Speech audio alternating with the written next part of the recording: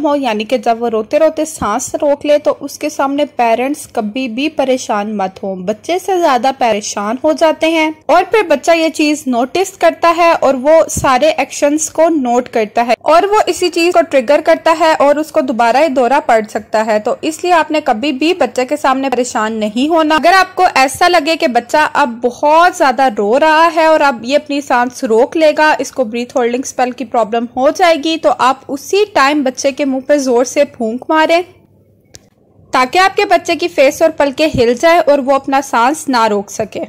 तो ये रिफ्लेक्स वहीं पर रुक जाता है। आप अपने बच्चे को आयरन सप्लीमेंट्स भी देकर देख सकते हैं। ये भी एक बहुत बड़ा सॉल्यूशन हो सकता है क्योंकि अक्सर बच्चों में ये प्रॉब्लम एनीमिया की वजह से होती है। इसके अलावा बच्चों से आराम से बात करें, उन्हें टीज और टेम्पर ना करें। ऐसा मत करें कि जिस चीज से बच्चा जिद करे, अगर वो कोई चीज उठाता है और उससे उसे नुकसान हो सकता है तो उसे प्यार से समझा के उससे वो चीज ले लें, ना कि आप उस पर गुस्सा करें, उससे गुस्सा दिलाएं और वो चिड़चिड़ा हो और उसे दोबारा से यही प्रॉब्लम हो जाए, वो अपना सांस रोक ले। तो ऐसा हरगिज मत करें। अक्सर बच्चा जब सांस रोकता है तो उसके बाद उसको दौरा भी पड़ता है और झटके भी लगते हैं, उसका जिस्म कपकपाने लगता है। तो ऐसे में ये हार्ट डिसीज की प्रॉब्लम हो सकती है। बहुत दफा देखा जाता है कि पेरेंट्स समझते हैं कि ब्रीथ होल्डिंग स्पेल की प्रॉब्लम है, लेकिन असल में उनको हार्ट डिसीज भी होता है। तो ऐसे में बच्चा जब पहली बार ही सांस रोकें, आप फौरन से उसी टाइम बच्चे को डॉक्टर को चेक करवाएं। डॉक्टर आपको देख के बताएगा कि ब्रीथ होल्डिंग स्पेल की प्रॉब्लम है या उसके बॉडी में कोई और प्रॉब्लम है। आप इस चीज को इतना इजी मत लें, आप बच्चे के फौरन से ब्लड टेस्ट करवाएं ताकि आपको पता चले कि ये क्या प्रॉब्लम है। तो सबसे पहले आप बच्चे के आयरन टेस्ट करवाएं, कहीं उसे आयरन डेफिशिएंसी तो नहीं। सेकंड, उसको जिद मत करने दें, उससे प्यार से बात करें। सबसे बड़ी बात कि कभी भी अपने बच्चे के सामने परेशान मत हो। जब वो आपको परेशान देखता है तो वो और ज्यादा घबरा जाता है और ये चीज उसे ट्रिगर करती है और वो दोबारा से अपना सांस रोक लेता है। ये कंडीशन 6 माह से 18 माह तक नजर आती है और जब बच्चा 5 साल का हो जाता है तो खत्म हो जाती है।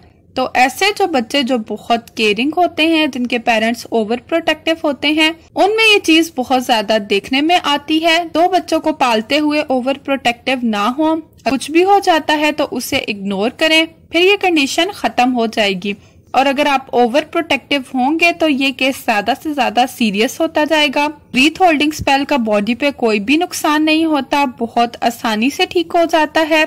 और इसके अलावा आप ब्लड टेस्ट भी करवा सकते हैं। बाज दफा जब बच्चे की ये कंडीशन होती है तो पेरेंट्स ये समझते हैं कि ब्रीथ होल्डिंग स्पेल है, लेकिन बाज दफा बच्चे के साथ कोई सीरियस प्रॉब्लम होती है। मोस्ट कॉमनली बच्चों को हार्ट डिसीज भी हो सकता है। तो ऐसे में आप बच्चे का ब्लड टेस्ट भी करवाएं, क्योंकि अक्सर औकात कोई हार्ट डिसीज की वजह से भी बच्चे को ऐसी कंडीशन होती है।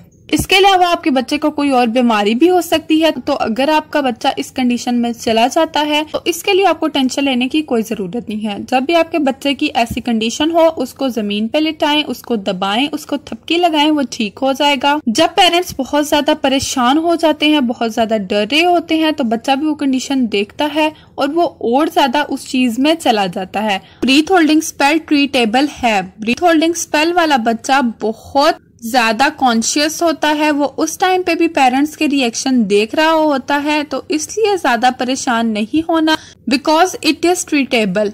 आप काल्म एंड कोल्ड रहें। जब भी बच्चे की ऐसी कंडीशन हो तो आप उस पे पानी भी छिड़क सकते हैं, उसे जमीन पे लिटा दें। 2 साल में ये प्रॉब्लम ठीक हो जाती है। अगर बहुत ही स्वेयर देखा जाए तो बच्चों में 5 साल तक ज्यादा से ज्यादा ये प्रॉब्लम नजर आती है। इसके बाद किसी में बहुत ही ये प्रॉब्लम रेयर नजर आती है। ये प्रॉब्लम और किसी में भी नजर नहीं आती, ये सिर्फ 2 साल तक बच्चों में होती है। अगर आपके बच्चे भी ब्रीथ होल्डिंग स्पेल का शिकार हैं, रोते रोते सांस रोक लेते हैं, तो इसके लिए आपको परेशान होने की जरूरत नहीं है। लेकिन आप एहतियातन एक बार अपने बच्चे का ब्लड टेस्ट करवा लें ताकि आपको पता चल जाए कि उसको कोई भी बीमारी नहीं है, तो ये ब्रीथ होल्डिंग स्पेल है। सिर्फ इसका एक ही ट्रीटमेंट है कि आपने अपने आप को काम रखना है, आपने अपने ऊपर खौफतारी नहीं करना, बच्चे को देख के चीखना नहीं है, इससे बच्चा और ज्यादा डर जाएगा। सिंपली जब बच्चे की ये कंडीशन हो तो उसको थपथपाएं, उस पे पानी छिड़कें या फिर उसे जमीन पे लेटा दें।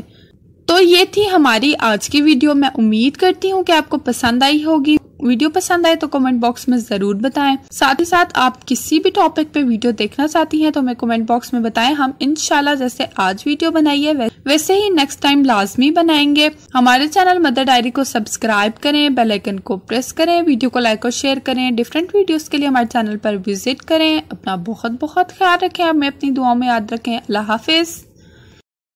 अस्सलाम वालेकुम मदर्स, ब्रीथ होल्डिंग स्पेल है हमारी आज की वीडियो का टॉपिक। आज की वीडियो में मैं आपको बताऊंगी ये छोटे बच्चों में क्यों होता है और इसका क्या इलाज है। तो ये बहुत ही इम्पोर्टेंट वीडियो है। अगर आपके बच्चे का सांस रोते रोते रुक जाता है तो आप इस वीडियो को जरूर देखें। वीडियो स्टार्ट करने से पहले हमारे चैनल मदर डायरी को सब्सक्राइब करें, बेल आइकन को प्रेस करें, वीडियो को लाइक और शेयर करें। तो चलिए स्टार्ट करते हैं।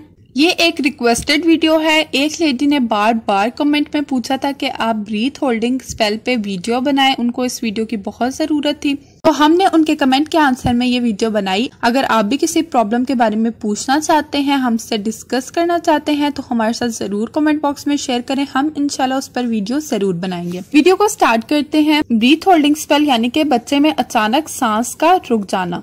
बच्चे में अचानक सांस का रुक जाना तो ये क्यों होता है? कुछ बच्चे जब डर जाते हैं या गिर जाते हैं या इंजेक्शन या फिर चोट लग जाती है, कुछ बच्चे जोर जोर से रोने लग जाते हैं और अचानक से अपनी सांस छोड़ते हैं और उसी में उनकी सांस रुक जाती है। वो हवा इनहेल नहीं कर सकते। उनका जो ग्लॉटिस होता है जहाँ से हमारी आवाज बनती है वो एरिया क्लोज हो जाता है और उन्हें सांस नहीं आती। तो ऐसे में उनका रंग नीला हो जाता है और वो अक्सर गिर जाते हैं। ऑक्सीजन की कमी हो जाती है और इसको देख के पेरेंट्स बहुत ज्यादा घबरा जाते हैं, परेशान हो जाते हैं। तो पेरेंट्स को इसके लिए परेशान नहीं होना चाहिए। अगर आप उसको दोबारा थपकी देंगे या दबाएंगे तो वो वापस ठीक हो जाएगा। जिनके बच्चों को ये मसला है उनके पेरेंट्स को चाहिए कि ऐसे काम अवॉइड करें जिससे बच्चा रोए, बहुत ज्यादा रोए और इस कंडीशन में चला जाए। कुछ केसेस में बच्चा बिल्कुल सफेद हो जाता है। कुछ लोग मानते हैं कि जो बच्चे जिद्दी होते हैं उनके जिद्दीपन की वजह से ऐसे होता है। वो जिद में आकर जानबूझकर ऐसे सांस रोक लेते हैं, लेकिन ऐसा हरगिज नहीं है। बच्चा जानबूझकर अपना सांस नहीं रोकता, ये एक रिफ्लेक्स होता है और ये बॉडी में चलता रहता है। क्या आप ये बात जानते हैं कि टोटल पॉपुलेशन में से जस्ट 5% बच्चों के साथ ऐसा होता है। इसकी सबसे बड़ी और मेन रीजन आयरन डेफिशिएंसी है, जिसकी वजह से बच्चों में एनीमिया हो जाता है। एनीमिया यानी खून की कमी का शिकार हो जाते हैं। जो पेरेंट्स 3 to 6 मंथ तक बच्चों में अच्छी आयरन सप्लीमेंट्स का इस्तेमाल करते हैं, उन्हें दूध प्रॉपर मिलता है, तो इन बच्चों में एनीमिया बहुत कम देखने में आता है और उनमें ब्रीथ होल्डिंग स्पेल की भी प्रॉब्लम बहुत कम नजर आती है। दूसरी बड़ी वजह है बच्चे का जिद्दी और चिड़चिड़ापन, जिसकी वजह से बहुत ज्यादा रोता है और फिर अपना सांस रोक लेता है। जिद्दी और चिड़चिड़ापन भी बच्चों में खून की कमी यानी एनीमिया की वजह से ही होता है। और तीसरी बात, ये कभी बच्चे को ब्रीथ होल्डिंग स्पेल का प्रॉब्लम